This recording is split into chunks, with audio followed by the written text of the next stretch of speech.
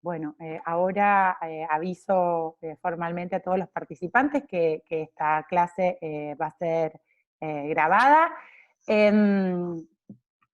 Sí. Para mí es un placer presentarles a Martín Safe. Martín es profesor de la Universidad Nacional del Sur, profesor titular de la Universidad Nacional del Sur en Bahía Blanca. Él hizo su licenciatura ahí, se licenció en 2006 y después se fue a hacer el doctorado a la UBA, tiene su doctorado en 2011 en la Universidad de Buenos Aires, y bueno, y ahora está de nuevo en Bahía Blanca.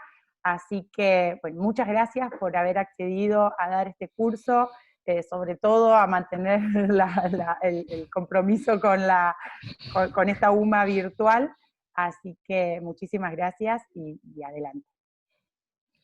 Bueno, muchas gracias María por la presentación, muchas gracias a todo el comité organizador por la invitación, y bueno, muchas gracias a todos por haberse conectado, haberse interesado, ¿sí? Les voy a compartir entonces las transparencias. Entonces, vamos a empezar hoy con la primera clase del curso sobre el teorema de los grafos perfectos, ¿sí? Vamos a empezar con algunas nociones básicas, ¿sí? Voy a asumir que posiblemente muchos de ustedes no sepan casi nada de grafos, así que voy a empezar bastante de cero. Pero rápidamente, de todas maneras, con solo algunas definiciones vamos a poder definir los grafos perfectos. Y vamos a estudiar algunas clases de grafos perfectos, ¿sí? Como son los grafos bipartitos y sus complementos, los complementos del grafo de líneas de esos mismos grafos bipartitos, los grafos cordales y grafos de comparabilidad. Y de ahí nos vamos a ir al teorema de los grafos perfectos, que es el principal interés del curso, ¿sí? Vamos a ver si llegamos, que es el objetivo, a ver la demostración completa de este teorema, ¿sí? Hoy haré alguna parte de esta primera mitad y la idea es que en la segunda clase lleguemos hasta acá. Bueno, entonces lo primero que tenemos que saber es qué es un grafo, ¿sí? Para nosotros un grafo va a ser un par ordenado VE, donde V es un conjunto finito, cuyos elementos vamos a llamar vértices, y E es un conjunto de pares desordenados de elementos de V, cuyos elementos, los de E, se llaman aristas, ¿sí? Entonces vamos a denotar con B de G el conjunto de vértices del grafo G, y con E de G el conjunto de aristas del grafo G. Acá consideramos un ejemplo, consideramos un grafo G, cuyo conjunto de vértices son los números naturales entre 1 y 7, y cuyas aristas son la 1,3, 1,4, 1,6, 1,7 y así siguiendo, ¿sí? Bueno, como se llaman grafos, es porque típicamente uno los dibuja, y para dibujar un grafo uno lo que hace es pone un punto por cada vértice y une las aristas con una línea, ¿sí? Como hay una arista 1,3, ponemos una línea entre 1 y 3, como hay una arista entre 1 y 7, ponemos una línea entre 1 y 7, y como no hay ninguna arista entre 2 y 7, no ponemos una línea entre 2 y 7. ¿Sí? Entonces ese es el gráfico de este grafo. Dijimos que las aristas iban a ser pares de vértices, pero en lugar de notarlos así, ¿sí? Las aristas son como conjuntos con dos elementos, en vez de notarlo así, simplemente vamos a poner un vértice junto al otro, ¿sí? Puede ser V o podemos denotarlo BU, da lo mismo porque las aristas no tienen una orientación. Para una arista V vamos a llamar extremos a los dos vértices que la componen, y cuando tenemos una arista entre dos vértices, vamos a decir que esos vértices son vecinos o adyacentes. ¿Okay? Hay nociones más generales de grafos, pero para este curso con esta noción es más que suficiente. Para recordar, nuestros grafos son finitos, ¿sí? El conjunto de vértices es finito y por lo tanto el conjunto de aristas también va a ser finito. Son no dirigidos, o sea, cuando hay una arista, la arista no tiene un sentido, no va de 4 a 5, de 5 a 4, sino que simplemente une los dos. No tienen bucles, no es posible una arista que salga de un vértice y vuelva al mismo vértice, y tampoco tenemos aristas múltiples, ¿sí? ¿Hay una arista o no hay una arista? No puede haber dos aristas o tres aristas o más aristas, ¿sí? ¿Hay arista o no hay arista? Esto se suele llamar grafos simples, ¿sí? Bueno, cuando tenemos un grafo, se suele considerar también lo que se llama el complemento del grafo, ¿sí? El complemento de un grafo G, que se denota con G con una barra encima, es el grafo con los mismos vértices que G, pero cuyas aristas son los pares de vértices del grafo que no eran vecinos en G. ¿Sí? O sea, los vértices que son vecinos dejan de ser vecinos y los que no son vecinos pasan a ser vecinos. ¿Sí? O sea que el conjunto de aristas del complemento son justamente todos los pares de vértices distintos que no eran vecinos en el grafo G. ¿Sí? Acá tenemos un ejemplo de un grafo G y su grafo complemento. Así, por ejemplo, si este grafo fuera el grafo de la relación conoce-A, digamos, los vértices representaran personas y hubiese una arista si las personas se conocen, este sería el grafo de la relación no conoce-A. ¿Okay? Bien, para definir grafos perfectos necesitamos dos nociones, la de clique y la de número cromático. ¿Qué es una clique? Bueno, una clique en un grafo es un conjunto de vértices adyacentes de a pares. Aquí tenemos dos copias del mismo grafo. Acá mostramos una clique del grafo y acá mostramos otra clique del grafo. ¿Sí? Esto es una clique porque todos los vértices son adyacentes 2 a 2 y esta es también una clique porque todos los vértices son adyacentes 2 a 2. ¿Qué es una clique máxima? Bueno, una clique máxima es una clique de tamaño máximo. ¿Sí? En este caso, esta es una clique de tamaño máximo. No hay clique con más de 4 vértices en este grafo. Y justamente el número clique, que se denota con omega de G, es el tamaño máximo de una clique de G. ¿Sí? O sea que en este ejemplo lo que tenemos es que omega de G, el número clique, es 4. ¿Sí? No hay ninguna clique con más de 4 vértices y hay al menos una con 4 vértices. La otra noción que necesitamos para estudiar los grafos perfectos es la de coloreo propio. ¿Qué es el coloreo propio de un grafo? Bueno, es una asignación de colores a los vértices, de modo que vértices adyacentes reciban colores distintos. ¿Sí? Por ejemplo, acá tenemos el mismo grafo de la transparencia anterior, con un coloreo propio. Fíjense que asignamos colores a los vértices, de manera que colores que son adyacentes reciben colores distintos. ¿Sí? Eso es equivalente a que los vértices que reciben el mismo color son no adyacentes. ¿Sí? Los dos verdes acá son no adyacentes, los tres rojos son todos no adyacentes entre sí. Bueno, hay uno solo azul y uno solo amarillo. ¿Okay? Entonces este es un coloreo propio. Lo que buscamos cuando hacemos un coloreo propio es tratar de usar la menor cantidad de colores. Ese es un problema de optimización muy importante. Y la respuesta a ese problema es lo que se llama número cromático. El número cromático de un grafo, que se denota con J de G, es el mínimo número de colores que se necesitan en un coloreo propio. ¿Sí? ¿Cómo se relacionan el número clique con el número cromático? Bueno, sabíamos que en nuestro grafo, acá teníamos una clique de tamaño 4. En una clique, por cómo son los coloreos propios, los vértices de una clique van a tener que recibir todos colores distintos, ¿sí? Porque son adyacentes entre sí. Entonces, en todo coloreo propio, usamos al menos tantos colores como el número clique. Así que el número cromático va a estar acotado por debajo por el número clique. ¿Sí? Va a valer siempre esta relación. Porque siempre necesitamos al menos tantos colores como el número clique.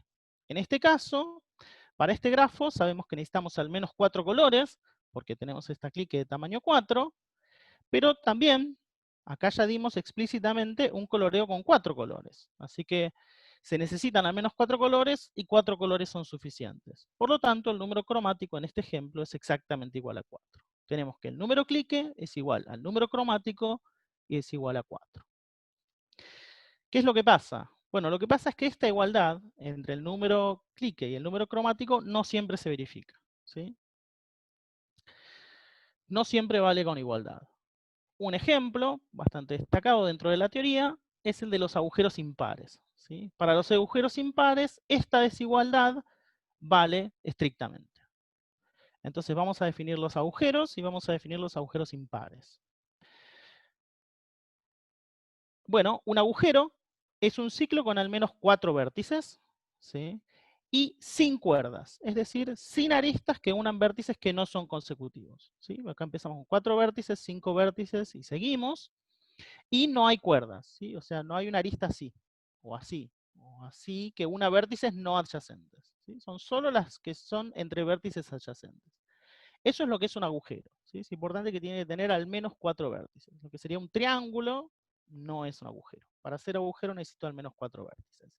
Y un agujero impar es un agujero que tiene un número impar de vértices, ¿sí? Entonces, bueno, esta es la notación que vamos a usar para los agujeros. Vamos a anotar C sub el número de vértices. Y entonces los agujeros impares son los que tienen un subíndice impar, ¿sí? Ahora, como un agujero tiene al menos 4 vértices, si pedimos además que el número de vértices sea impar, un agujero siempre tiene al menos 5 vértices. Bueno, habíamos dicho que para los agujeros impares el número clique es menor que el número cromático. Entonces lo vamos a verificar, eso es algo simple. Para todo agujero impar, el número clique es menor que el número cromático. Más explícitamente, lo que pasa es que el número clique es 2 y el número cromático es 3. Vamos a verlo rápidamente. ¿Qué es lo primero que vemos? Bueno, vemos, es fácil ver, que para todos los agujeros impares se pueden colorear propiamente con 3 colores, ¿sí? Simplemente coloreamos uno de los vértices con rojo y el resto de los vértices los coloreamos alternadamente con otros 2 colores, en este caso azul y verde, ¿sí? Claramente estos coloreos resultantes es un coloreo propio, con lo cual con 3 colores se puede colorear propiamente, así que el número cromático es a lo sumo 3. ¿Se puede ser menor que 3? Bueno, ¿qué pasaría? Si un agujero impar, alguno de estos, tuviera un coloreo propio usando solo 2 colores, entonces esos colores deberían alternar al recorrer el ciclo, ¿sí? Si acá, pongamos que yo solo pinto con azul y verde, entonces empiezo con azul, después va a venir verde, después azul, después verde, pero como es impar, lo que va a pasar es que este último se va a pintar de azul, si uso esos solo 2 colores. Y me van a quedar 2 vértices adyacentes con el mismo color, lo cual contradice el hecho de que sea un coloreo propio. Entonces eso es imposible porque el número de vértices es impar. Entonces, como alcanza con 3 colores, pero no alcanza con 2 colores, el número cromático de los agujeros impares es exactamente 3.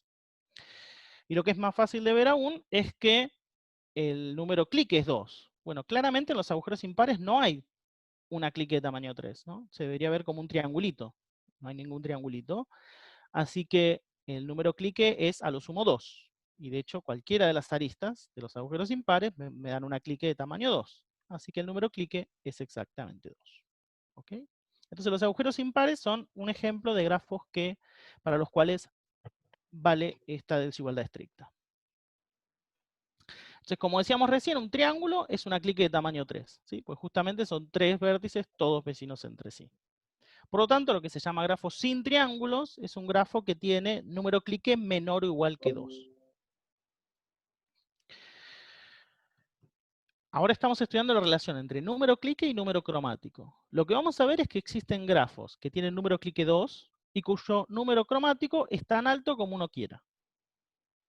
Acá vemos algunos ejemplos de grafos, todos con número clique 2 y con número cromático creciente, ¿sí? 2, 3, 4, bueno, hay grafos con número cromático 2, con número clique 2 y número cromático tan alto como uno quiera. O sea, esos dos parámetros pueden ser tan distintos como uno quiera.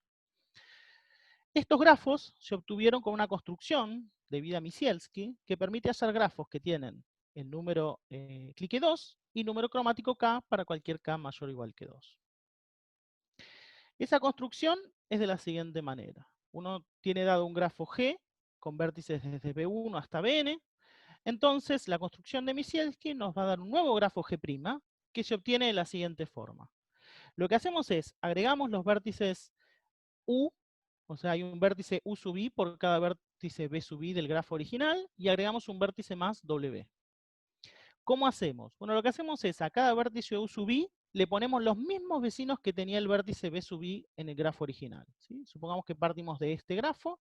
Si le aplicamos la construcción de Micielski, vamos a agregar estos vértices U, ¿sí? Por cada vértice B. Y lo hacemos vecino a los vecinos de B. Si B1 era vecino a B2 y B5, U1 lo hacemos vecino a B2 y B5. Como B4 es vecino a B5 y B3, a U4 lo hacemos vecino a B5 y B3. Hacemos eso con todos los vértices B, nos quedan todos estos vértices U. Y en el último paso lo que hacemos que W sea adyacente a cada vértice de U. Este vértice W entonces lo hacemos adyacente a todos los de U. Lo que probó Micielski es que si uno empieza con un grafo que tiene número clique 2 y número cromático K, y le aplica la construcción de Micielski, entonces no se van a crear triángulos, vamos a seguir teniendo número clique 2, y el número cromático se va a ver incrementado en exactamente 1. Entonces, aplicando sucesivamente esta construcción, uno puede encontrar grafos sin triángulos que tienen número cromático tan grande como uno quiera, ¿sí? Entonces, ambos parámetros pueden ser realmente muy, muy diferentes.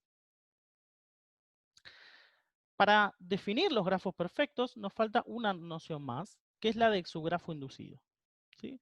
Es sencillo, si uno tiene un grafo inducido y uno tiene un subconjunto de los vértices, el subgrafo inducido por ese conjunto de vértices, que uno denota con G y entre corchetes el conjunto de vértices, es el grafo que se obtiene a partir de G borrando los vértices que no están en el conjunto de vértices, ¿sí? Por ejemplo, acá tenemos el grafo, un grafo con un subconjunto de vértices W que están resaltados, ¿sí? 1, 3, 4, 5 y 7. Entonces el subgrafo inducido por ese W es justamente el grafo que se obtiene borrando los vértices que no están en W, ¿sí? Borramos el 2 y borramos el 6, y bueno, y por supuesto las aristas que inciden en ellos, y nos queda el subgrafo inducido. O sea que los subgrafos inducidos son aquellos que se obtienen borrando vértices. ¿Ok? Bien. Entonces estamos listos para definir lo que son los grafos perfectos. Berge, alrededor del año 60, consideró la siguiente clase de grafo. Él dijo que un grafo G era perfecto si su número clique coincidía con si el número clique coincidía con el número cromático, pero no solo para el grafo, sino para todo su grafo inducido de G. ¿Sí? G mismo, él es su propio grafo inducido por todo su conjunto de vértices. Así que esto implica en particular que la igualdad vale para el grafo. Pero no alcanza con que valga para el grafo, necesita valer para todo su grafo inducido. Y eso realmente hace una diferencia. Que valga la igualdad para G no alcanza para que G sea perfecto, no alcanza para que la igualdad valga para todo su grafo inducido. Y lo podemos ver con el ejemplo con el que veníamos trabajando. En este grafo habíamos dicho que el número clique era 4 y habíamos visto que el número cromático también era 4. Sin embargo, aunque vale la igualdad para el grafo, no vale para todos los subgrafos inducidos. Fíjense que si borramos estos dos vértices que pinté de gris, el grafo que nos queda no es otra cosa que un agujero de 5 vértices. Es un subgrafo inducido, que es un agujero de 5 vértices, y por lo tanto para este subgrafo inducido no vale la igualdad. O sea que este grafo no es perfecto, a pesar de que vale la igualdad para él, ¿sí? No solo tiene que valer para el grafo, sino para todo subgrafo inducido. ¿Qué es lo que notó Berge? Bueno, él notó que si un grafo era perfecto, sí, solo sí su complemento es perfecto. Y esa es la que se conoce como conjetura de los grafos perfectos. Para entender qué significa esta conjetura, lo que vamos a hacer es estudiar cuándo el complemento de un grafo es perfecto. Para eso, vamos a ver qué información nos dan el número clique del complemento y el número cromático del complemento. Bueno, ¿qué es el número clique del complemento? Bueno, las cliques en el complemento son los mismos que los conjuntos estables en el grafo, ¿sí? Aquí tenemos el complemento del grafo G y acá tenemos una clique en el complemento. Si tenemos una clique en el complemento, son todos adyacentes entre sí. Si son todos adyacentes entre sí en el complemento, es porque eran todos no adyacentes entre sí en el grafo, ¿sí? De manera que la noción de clique se corresponde con la noción de vértices que son todos no adyacentes entre sí, y eso es lo que llamamos un conjunto estable. Un conjunto estable es un conjunto de vértices que no son adyacentes 2 a 2. ¿Sí? Son todos no adyacentes de a pares. Un conjunto estable máximo va a ser uno que tenga tamaño máximo posible. ¿Sí? Por ejemplo, acá, este es un conjunto estable máximo. No hay más de 3 vértices, todos no vecinos entre sí. Y ese número lo vamos a llamar número de estabilidad. El número de estabilidad de un grafo, que lo vamos a denotar con alfa de G, es el tamaño máximo de un conjunto estable del grafo, ¿sí? Entonces, como las cliques en el complemento se corresponden con los conjuntos estables en el grafo, lo que vamos a tener es que el número clique del complemento va a ser el número de estabilidad en el grafo. En este ejemplo, la clique más grande en el complemento es 3 y el conjunto estable más grande en el grafo, que tienen que ser iguales, también, por supuesto, es 3. Eso respecto del número clique, que es uno de los parámetros que usamos para perfección. ¿Qué pasa con el otro parámetro?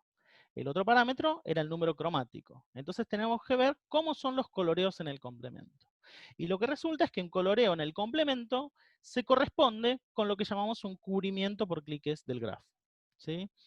Tenemos, acá por ejemplo, tenemos un coloreo propio de G complemento. ¿Y qué es lo que va a pasar? Bueno, consideremos los conjuntos de vértices que están todos pintados con el mismo color. Por ejemplo, acá estos tres que están pintados todos de verde. Como están pintados todos de verde, todos con el mismo color, en un coloreo propio, entonces son todos no adyacentes entre sí, ¿sí? No pueden ser vecinos si tienen el mismo color. Así que en el grafo original, no en el complemento, en el grafo original van a ser todos vecinos entre sí. O sea que los voy a poder poner a todos dentro de una clique. Están todos dentro de una clique. Y lo mismo pasa con los conjuntos de los otros colores, ¿sí? Con todos los que están pintados de azul en el complemento, son no vecinos todos entre sí en el complemento, entonces en el grafo original forman una clique. Y lo mismo con todos los colores. Los rojos son todos no vecinos entre sí, por lo tanto forman una clique. Así que un coloreo propio en el complemento lo que me da es una partición del conjunto de vértices en cliques, ¿sí? Lo que se llama un cubrimiento por cliques del grafo. Entonces, formalmente, un cubrimiento por cliques de un grafo es una familia de cliques tal que cada vértice pertenece a exactamente una clique de la familia, ¿sí? Y nosotros vamos a querer, así como queremos minimizar la cantidad de colores, vamos a querer minimizar la cantidad de cliques con la que cubrimos nuestros vértices. Y eso se va a llamar el número de cubrimiento por cliques, que vamos a denotar con tita de G, que es el mínimo número de cliques con las que podemos cubrir todos los vértices de G. Entonces, como los coloreos propios en el complemento se corresponden con los cubrimientos por cliques en el grafo, lo que tenemos es que el número cromático del complemento coincide con el número de cubrimiento por cliques en el grafo, ¿sí? En este ejemplo tenemos que el número cromático del complemento es 3 y tiene que coincidir y coincide con el número de cubrimiento por cliques del grafo G, ¿sí? Ambos son 3. Bien, entonces, ¿qué aprendimos de lo que acabamos de ver? Entonces, Perdón, vimos que sí, en el ejemplo anterior, el grafo complemento, ¿no tiene un clique de 4? El cubrimiento por clique de G, perdón. no, no, Tiene no, no necesito cubrirlo por cliques máximas, ¿sí? Esta es una clique no máxima, no hay problema. listo, no es el máximo. Si uso Listo. una clique de 4, igual voy a necesitar 3 cliques, porque este vértice igual lo tengo que cubrir. ¿Estamos? Genial. Gracias. No, no hay por qué, no hay por qué. Bien, entonces, ¿qué aprendimos? Aprendimos que el número clique del complemento es el número de estabilidad del grafo. Y el número cromático del complemento es el número de cubrimientos por cliques del grafo. Entonces, ¿qué va a pasar? Bueno, cuando el complemento de un grafo es perfecto. Por definición, eso pasa cuando vale la igualdad entre el número clique y el número cromático para todo subgrafo de, en este caso, el complemento de G. Ahora, ¿cómo son los subgrafos inducidos del complemento? Eso es lo mismo que tomar los subgrafos inducidos del grafo y complementarlos. Así que esta condición es equivalente a que valga la igualdad entre el número clique y el número cromático para los complementos de los subgrafos inducidos de G. Pero vimos que el número clique del complemento es el número de estabilidad y el número cromático del complemento es el número de cubrimientos por cliques. Con lo cual, el complemento de un grafo es perfecto si y solo si vale la igualdad entre el número de estabilidad y el número de cubrimiento por cliques para todo subgrafo H del grafo. Estos, los grafos que cumplen esta condición, se llaman grafos alfa perfectos, ¿sí? Un grafo se llama alfa perfecto, ¿sí? Alfa porque aparece acá en la igualdad alfa, si el número de estabilidad coincide con el número de cubrimientos por cliques, no solo para el grafo, sino para todo su grafo inducido del grafo, ¿sí? Entonces, lo que acabamos de probar es que un grafo es alfa perfecto, o sea, cumple esta condición, si y solo si su complemento es perfecto, ¿sí? Entonces, describimos como alfa perfecto es la caracterización de los grafos cuyo complemento es perfecto. Habíamos dicho que la conjetura de los grafos perfectos decía que era un grafo es perfecto si, solo si, su complemento es perfecto. O sea que la conjetura de los grafos perfectos se puede reescribir o reenunciar de la siguiente forma. Un grafo es perfecto si, solo si, es alfa perfecto. ¿Por qué esto es así? Bueno, es equivalente a la conjetura anterior porque justamente alfa perfecto es lo mismo que el complemento sea perfecto, ¿sí? Vamos a usar esta noción de alfa perfecto cuando hagamos la demostración de la conjetura, ¿sí? Que es un teorema. Por eso el título del curso. Pero bueno, falta un poquito para llegar hasta ahí. Primero, vamos a observar que la clase de los grafos perfectos es un tipo de clase que llamamos hereditaria. ¿Qué es una clase hereditaria? Bueno, una clase hereditaria de grafos es una clase tal que cualquier grafo que está en la clase, si uno toma un subgrafo inducido cualquiera de ese grafo, también va a pertenecer a la clase. O sea, que la clase es hereditaria si es cerrada por subgrafos inducidos. ¿Sí? Tomo cualquier grafo en la clase y le tomo cualquier grafo inducido, va a volver a caer adentro de la clase. Eso es lo que se llama hereditaria. Bueno, es fácil ver que la clase de los grafos perfectos es hereditaria. O sea, todo subgrafo inducido de un grafo perfecto es de nuevo un grafo perfecto. Vamos a verlo en detalle. Supongamos que G es un grafo perfecto y tomamos un subgrafo J inducido en G. O sea que se obtiene borrando vértices de G. Si H es un subgrafo inducido de J, ¿sí? Como J es a su vez un subgrafo inducido de G, lo que va a pasar es que H va a ser un subgrafo inducido de G. ¿Sí? Es transitiva esa relación, ser subgrafo inducido de.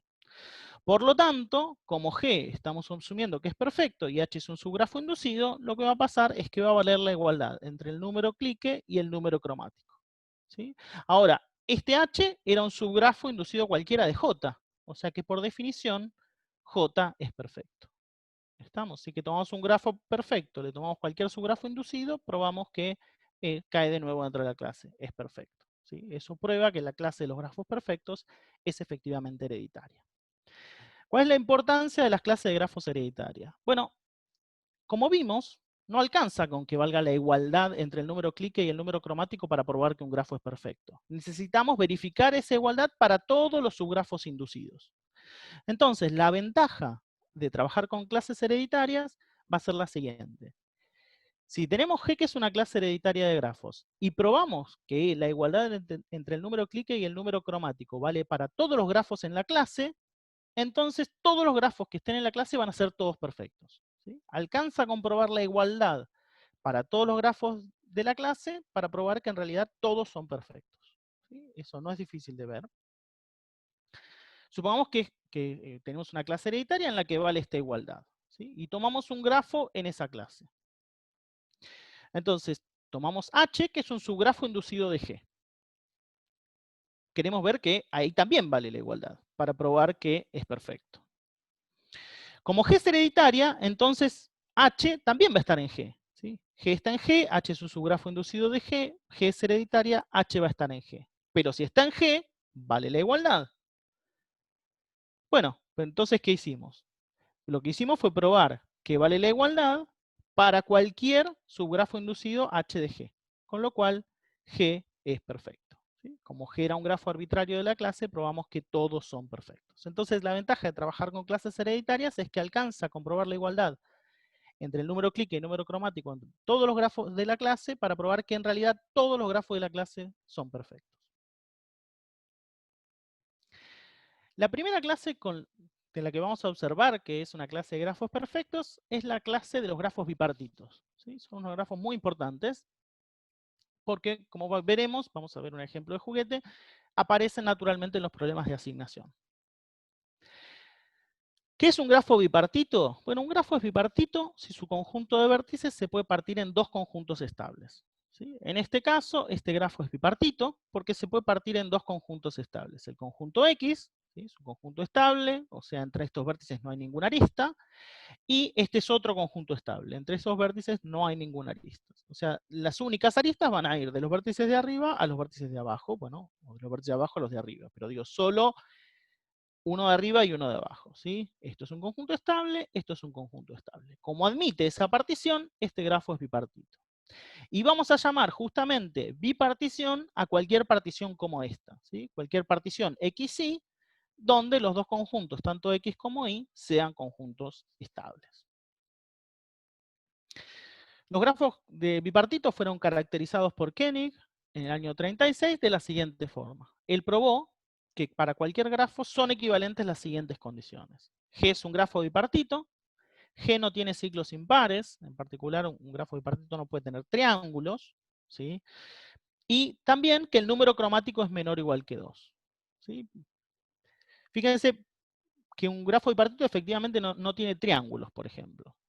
Si, por ejemplo, uno toma un triángulo, debería tener dos vértices que son adyacentes, ¿sí? Y después un tercer vértice que sea adyacente a los dos. Ahora, si tiene que ser adyacente a este, no puede estar en X. Y si tiene que ser adyacente a este, no puede estar en Y. Entonces ese vértice no puede estar en ninguno de los dos lados y uno llega a una contradicción. Por lo tanto, efectivamente, en un grafo bipartito no hay triángulos, por ejemplo, ¿sí? No vamos a ver en detalle esta demostración, no lo vamos a necesitar, pero esto es una manera en la que se puede caracterizar. El tema del número cromático menor o igual que 2 es porque podemos pintar estos vértices con un color y estos otros vértices con otro color, ¿sí? Y entonces vamos a tener un coloreo propio con dos colores. La clase de los grafos bipartitos es una clase importante de grafos perfectos, ¿sí? Dentro de lo que es el teorema fuerte de los grafos perfectos, que es una versión más fuerte que el que vamos a demostrar, los grafos bipartitos juegan un rol especial. Bueno, entonces, primer resultado, los grafos bipartitos son perfectos. Vamos a ver que eso es fácil de ver. ¿Por qué?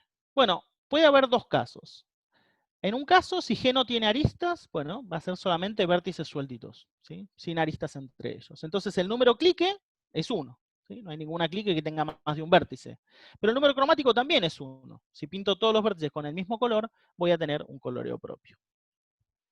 El otro caso es que G tenga alguna arista. Si G tiene al menos una arista, entonces el número clique va a ser 2. ¿Por qué? Bueno, porque cualquier par de vértices adyacentes me forma una clique de tamaño 2, y como vimos, no hay triángulos, no hay cliques de tamaño 3. Así que el número clique es exactamente 2.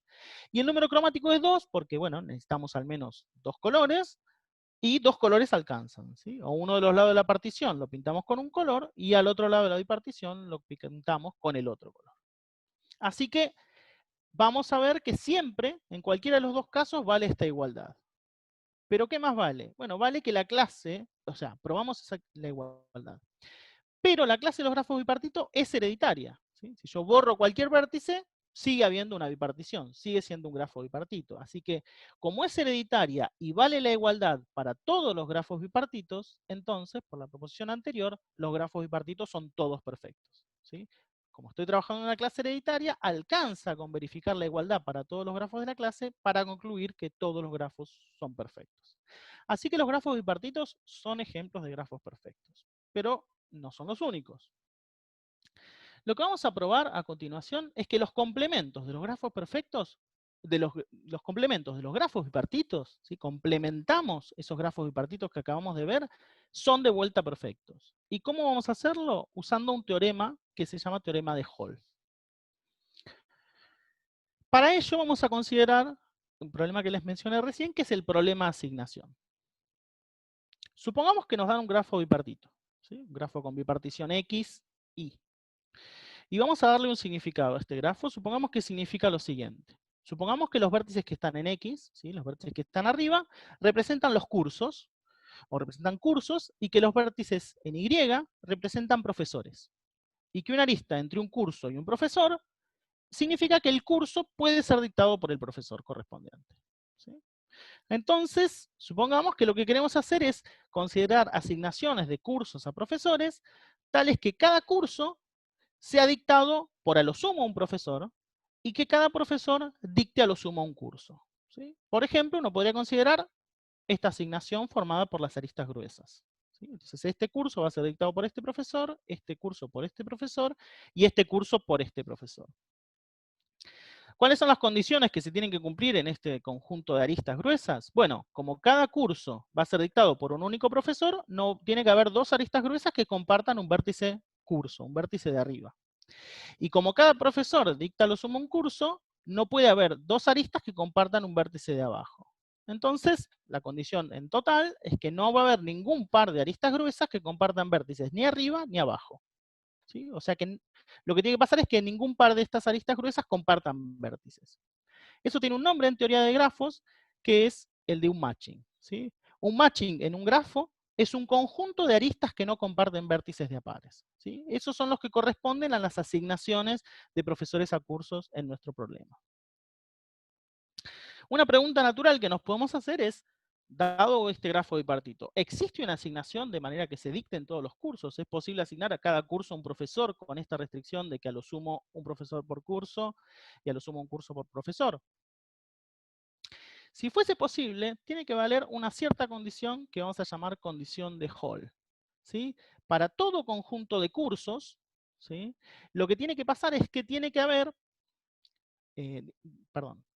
para todo conjunto de cursos va a estar unido por esa asignación con la misma cantidad de profesores, con cardinal de S profesores por la asignación.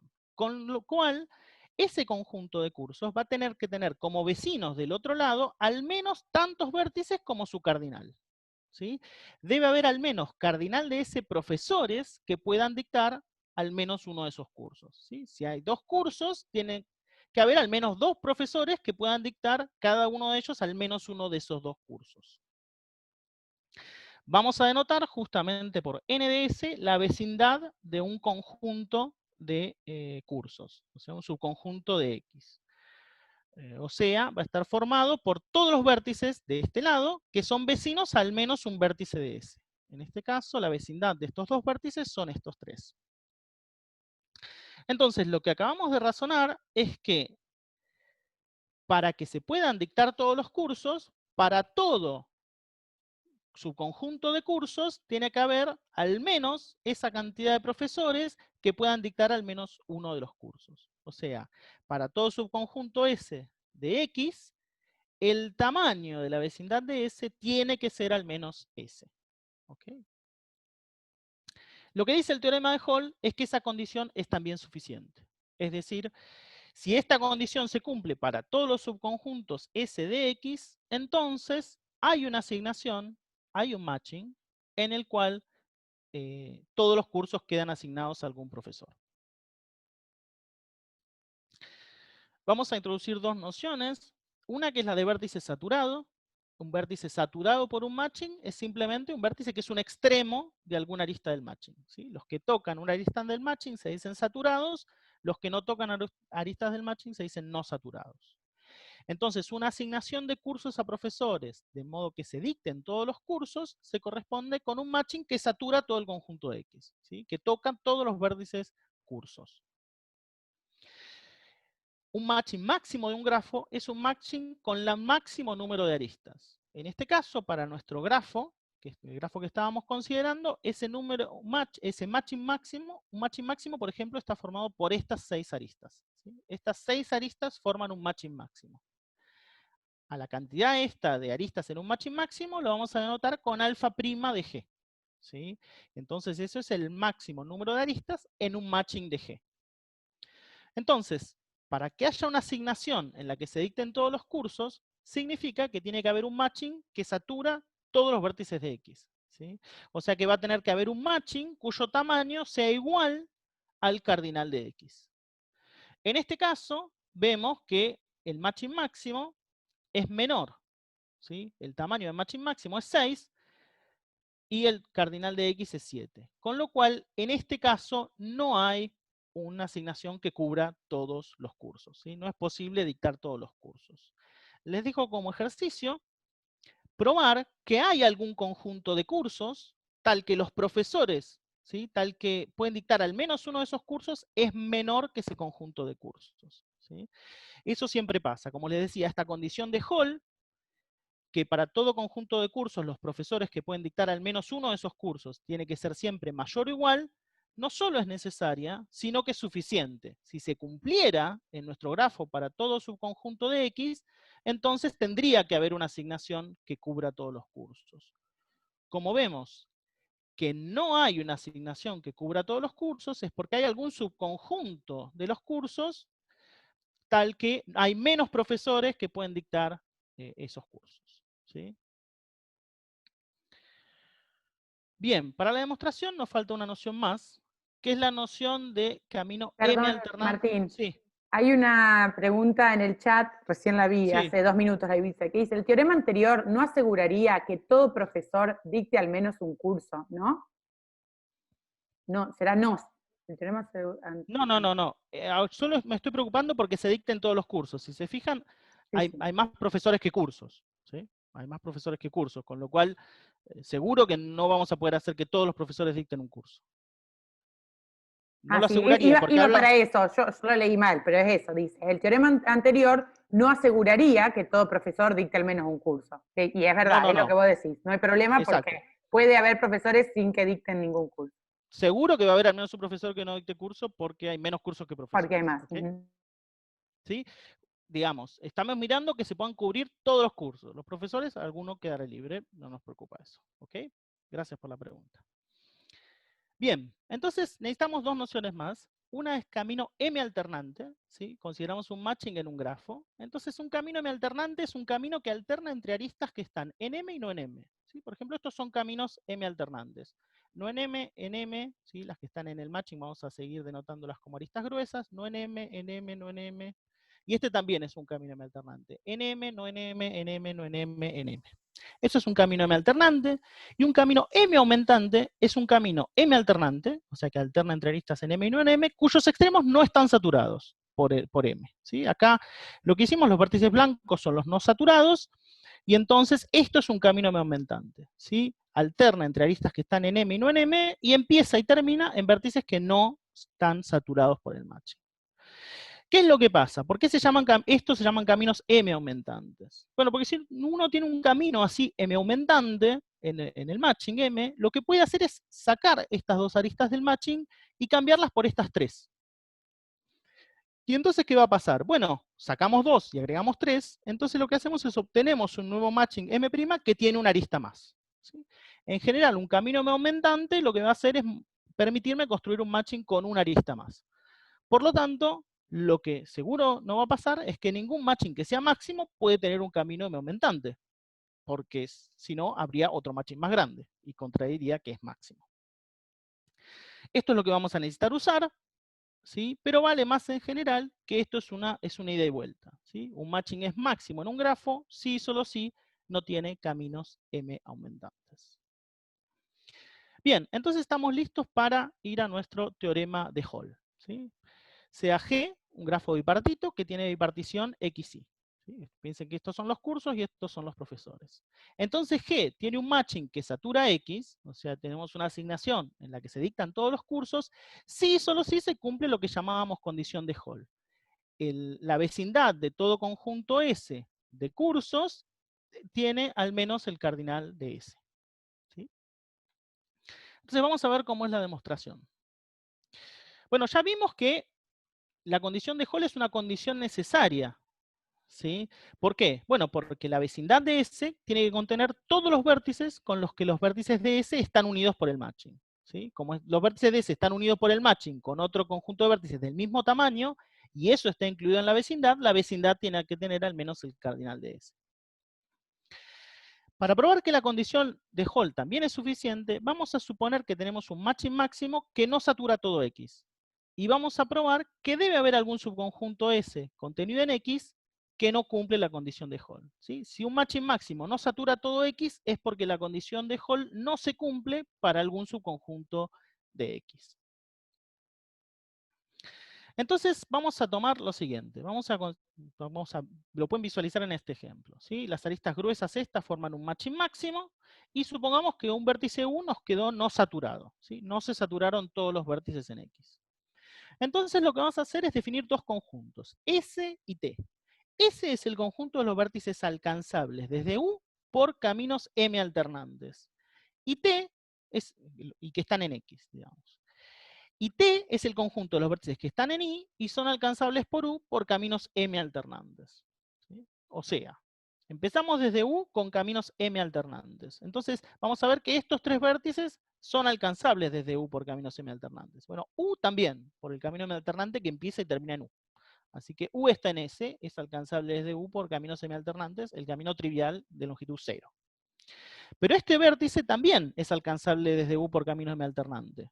Este camino, que no está en M, sí está en M. Entonces este vértice es alcanzable. Y estos dos también, fíjense, este camino no está en M, está en M, no está en M, está en M, así que este vértice también está en S, y este también es alcanzable. No está en M, está en M, no está en M, está en M. Y estos son todos los vértices de X que son alcanzables desde U por caminos M alternantes. Y de la misma forma, T es el conjunto de los vértices que están en I, que son alcanzables por caminos de esa forma, ¿sí?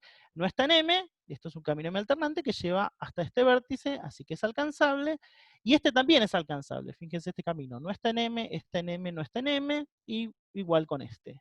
No está en M, está en M, no está en M. ¿Sí? Así que S y T son los vértices alcanzables desde U por caminos semialternantes que están en X y en Y respectivamente.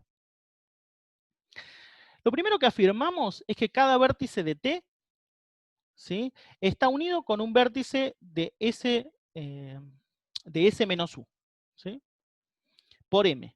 ¿Sí? Acá decir que afirmamos que M une cada vértice de T con un vértice en S menos U. ¿Sí? Como se ve acá en el gráfico, digamos, representativamente, cada vértice de T está unido con un vértice de S por el matching que no es U.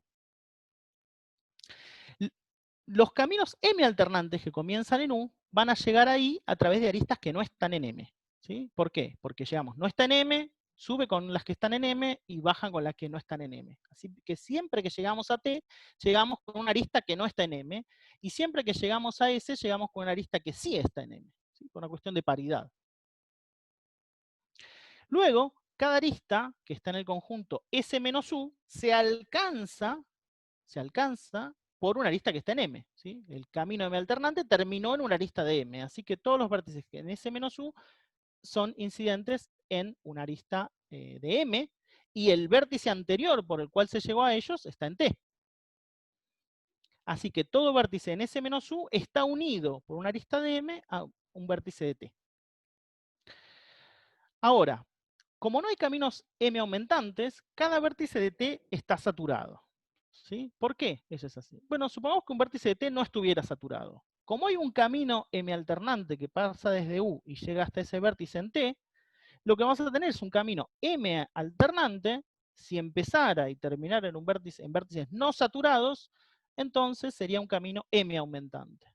¿Sí? Y eso no puede pasar porque dijimos que empezábamos con un matching máximo. Así que todos los vértices de T van a estar saturados. Luego, un camino M aumentante que alcanza un vértice en I debe extenderse a través de M para alcanzar un vértice de S. Eso quiere decir, dijimos, todo vértice de T está saturado. O sea que cada vez que alcanzamos un vértice en T, que es por un camino M alternante, ese vértice, como dijimos, está saturado, entonces de él sale una arista de M.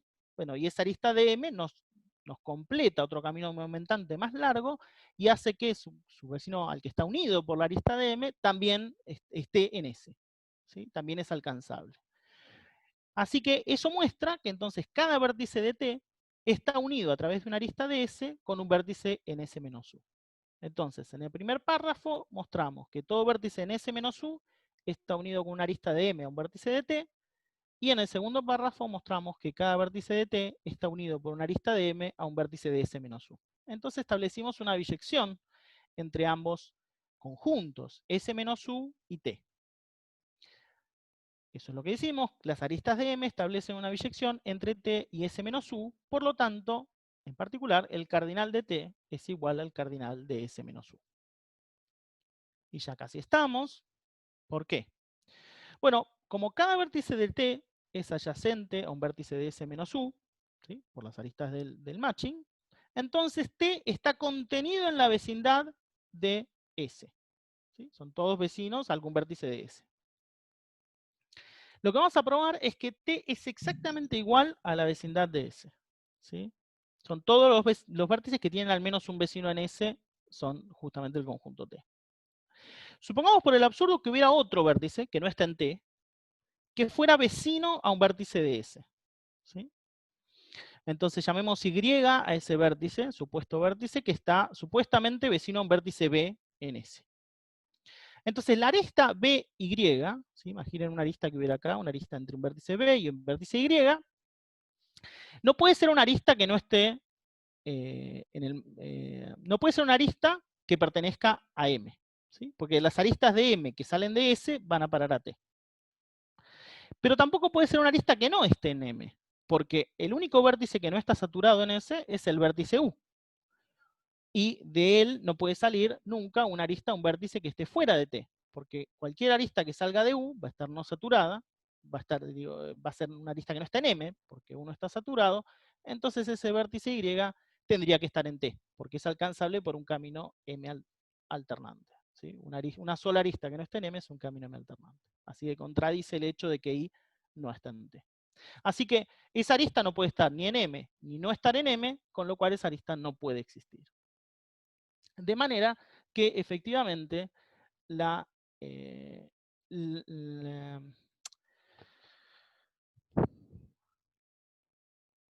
bien, entonces lo que vamos a hacer es, tenemos esta arista, perdón, esa arista no está en M. Supongamos que estuviera, perdón, me confundí. Supongamos que esa arista entre B e Y no estuviera en M. ¿Qué va a pasar? Bueno, lo que va a pasar es que uno va hasta ese vértice B con un camino M alternante, ¿sí? No en M, sí en M, y así siguiendo. Por ejemplo, si fuera este el vértice B corta, hace no en M, sí en M, no en M, sí en M, y ese vértice Y, ese vértice B, cuando lo uno con el vértice Y, que no está en M, se construye un camino M alternante, ¿sí? Porque venía no en M, sí en M, al seguir por una arista que no está en M, construye un camino M alternante, ¿sí? Que alcance Y. Pero entonces ese Y debería estar en T, porque es alcanzable desde U por un camino M alternante. Y ahí llegamos, sí, a la contradicción. Esta contradicción provino de suponer que T no era exactamente la vecindad de S. Así que prueba que efectivamente la vecindad de S es el conjunto T.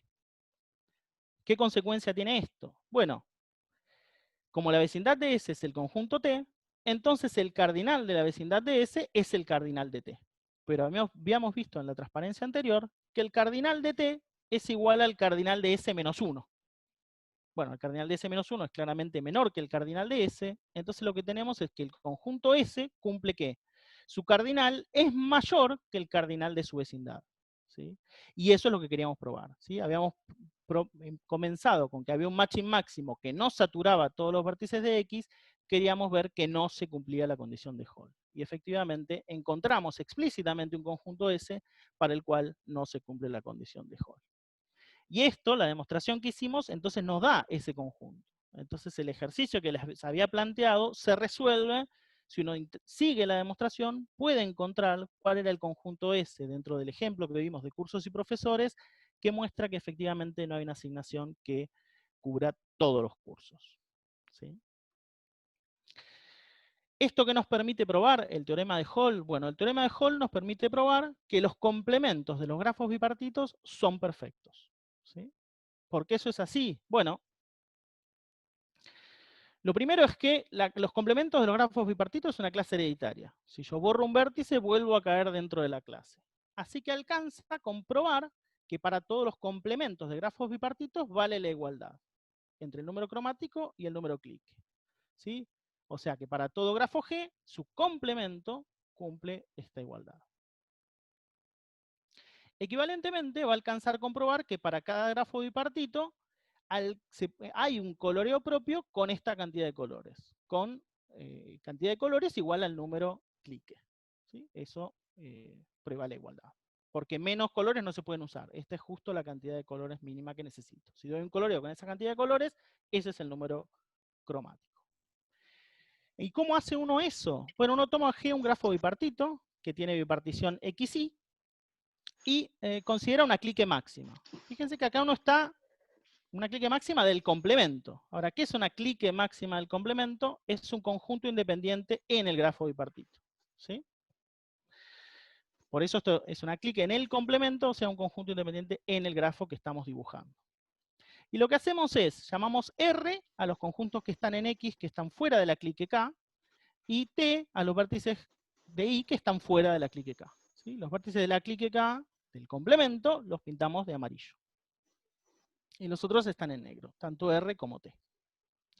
Lo que hacemos es coloreamos todos los vértices que estaban en amarillo, los coloreamos todos de colores distintos. Eso va a ser como vamos a empezar. Y vamos a mostrar cómo ese coloreo inicial se puede extender a estos vértices que están en R y en T para un coloreo de todo el complemento de este grafo. No estamos coloreando este grafo bipartito, estamos coloreando su complemento. Por lo tanto, queremos que vértices que tengan el mismo color, visualmente es que están unidos por una arista.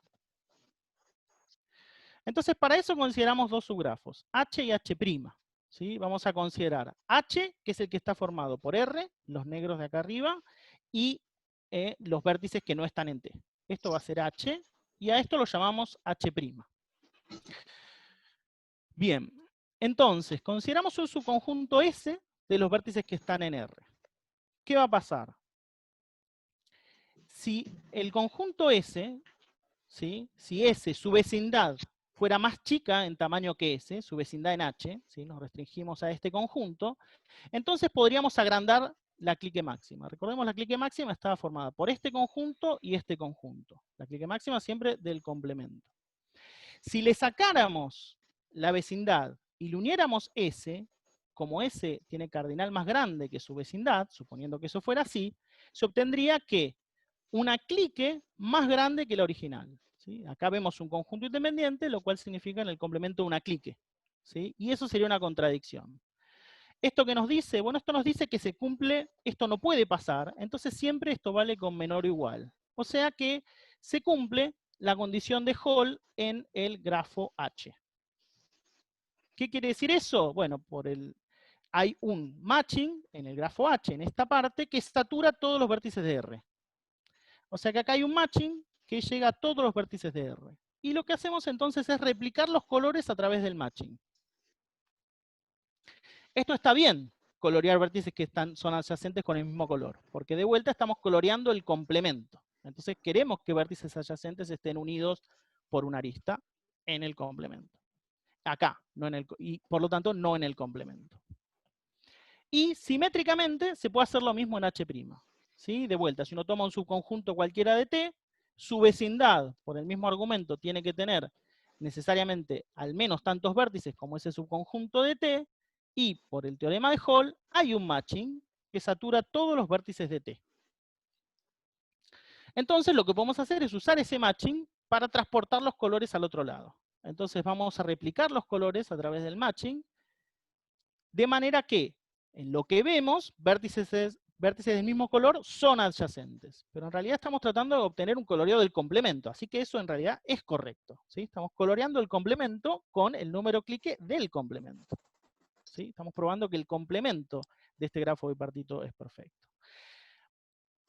Entonces, efectivamente, es fácil ver que, como les digo, como los vértices del mismo color están unidos por una arista en el grafo, no están unidos por una arista en el complemento. Así que este es un coloreo propio. ¿Y cuántos colores usamos? Bueno, usamos tantos colores como esto de acá, más esto de acá, que son justo los vértices de una clique máxima del complemento. Por lo tanto, coloreamos con tantos vértices como el número clique, y eso es lo mínimo que se puede hacer. Así que efectivamente, probamos la igualdad entre el número clique y el número cromático en el complemento. Así que son todos efectivamente perfectos. Probamos entonces este teorema. Los complementos de grafos bipartitos son perfectos. Bien, esto sería lo que veríamos por hoy. Tanto los grafos bipartitos como los complementos de los grafos bipartitos son todos perfectos. ¿Hay alguien que quiera hacer alguna pregunta? ¿O es solamente alguien que tiene el micrófono abierto? No sé cómo puedo hacer para compartirle después las transparencias desde hoy, las puedo poner directamente en el foro. ¿Cuál sería la mejor foro, manera? Sí. Las subo al foro. Bueno, sí. Las transparencias de hoy, obviamente, como el curso dura 2 horas, tengo que ir un poco rápido, así que les voy a subir las transparencias si alguien quiere volver a verlo, y si tienen preguntas sobre esto mañana, lo voy a subir ahora ni bien pueda. ¿Sí? Si tienen alguna pregunta ahora mismo, es bienvenido. Lucas en el chat pregunta si hay algunas notas para poder leer y extender lo que vos estás dando en el curso. No, en principio lo que hay son las transparencias, digamos, porque las voy a subir ni bien pueda al foro, digamos. Tal vez después ahí mismo en el foro o en la última Sí, de lo que mañana sí le les podés puedo... agregar referencias. Sí, bibliografía sí, eso Eso. sí. Mañana les voy a dar las bibliografías, no hay ningún problema. Sí, perfecto. Hay varios libros, digamos, si les interesa, pueden, el libro, por ejemplo, de West, de Introduction to Graph Theory, o el libro de Golumbik, Algorithmic Graph Theory and Perfect Graphs, y el libro posiblemente de Brandstad y otros, que se llama Graph Classes, a Survey. Esos no son fuentes directas, son libros directamente que cubren muchas cosas, en particular estos temas. Pero después lo voy a dejar por escrito, así todos pueden verlo. Acá hay una pregunta de Silvia que no sé si querés contestar ahora o para mañana. Dice, ¿hay alguna Probemos. aplicación sobre estos grafos? Sí, desde ya, desde ya. Por ejemplo, en los grafos bipartitos, todo esto que estamos hablando, yo solo puedo hablar muy, muy someramente, muy poquito, pero digamos, estas asignaciones, bueno, como nosotros somos profesores, nos preocupan las asignaciones de profesores a curso, pero esto también pueden ser tareas de trabajadores, pueden ser aviones y pilotos, digamos, problemas de asignación se resuelven todo el tiempo y aparecen todo el tiempo en logística. Yo no voy a hablar de algoritmos para resolver esos problemas, pero es muy importante el problema del matching máximo, ¿sí? Encontrar cuál es la máxima cantidad de estos pares que se pueden formar, en muchos problemas aplicados, ¿sí? En muchos problemas aplicados hay algoritmos eficientes para resolver esos problemas, hay muchísimos sobre esto. Yo estoy yendo solo a la parte estructural para tratar de dar algo en particular, pero sobre esto se puede dar un semestre entero de curso, digamos. Joana está con el micrófono activado, no sé si quiere hacer alguna pregunta o si simplemente quedó activado. Bueno, acá Laura preguntaba en el chat de bibliografía, Sí. pero que ya estuviste diciendo un poco y si se la agregás en alguna Exacto, última transparencia exacto, para sí, sí, mañana. lo puedo agregar perfectamente, sí, sí. Gracias. Sí, y lo de subirlo al foro, si Eso lo voy querés, a hacer ya podés mismo, si hacerlo, y puedo. si tenés algún problema nos avisás. Bueno, Sí, sí, desde luego, desde luego. no sé si hay más preguntas, si no dejamos ahora. ¿Queda grabado el curso? Sí, queda grabado. Ah, Sí, acá queda grabado. tenemos otra consulta Sí, que dice, Adam, ¿las demostraciones mostradas en la diapositiva son formales o están enfocadas a que se entienda más fácilmente el tema? deberían ser suficientes, Sí, digamos. Yo creo sí. que son convincentes. Si A mí las me ven un poco más convenciste, o despacio, sea que... si las ven un poco más despacio, posiblemente los convenza más, pero deberían, para mí, yo la daría por buena, digamos. Por supuesto, toda demostración se puede ver en más o menos detalle. Pero sí, Acá sí. Graciela preguntaba si el curso quedaba grabado en YouTube. Sí, nosotros lo vamos a subir a YouTube y van a tener pero va a estar como oculto, van a tener el link en el foro. Después veremos si la semana siguiente, si tenemos el permiso, si lo ponemos libre para cualquier persona. Pero en principio los participantes van a poder acceder a través del foro con el link que va a estar en YouTube. Bueno, y muchos saludos y agradecimientos de parte de muchas personas que tenés acá en el chat, Martín. Bueno, les agradezco mucho, disculpen, yo no lo estoy pudiendo ver el chat, pero les agradezco a todos. Bueno, de vuelta es un placer que me hayan invitado y les agradezco mucho a los organizadores y a todos ustedes que se tomaron el tiempo de pasar por el curso y nos vemos mañana. Yo ahora subo las transparencias y nos vemos mañana de vuelta por acá.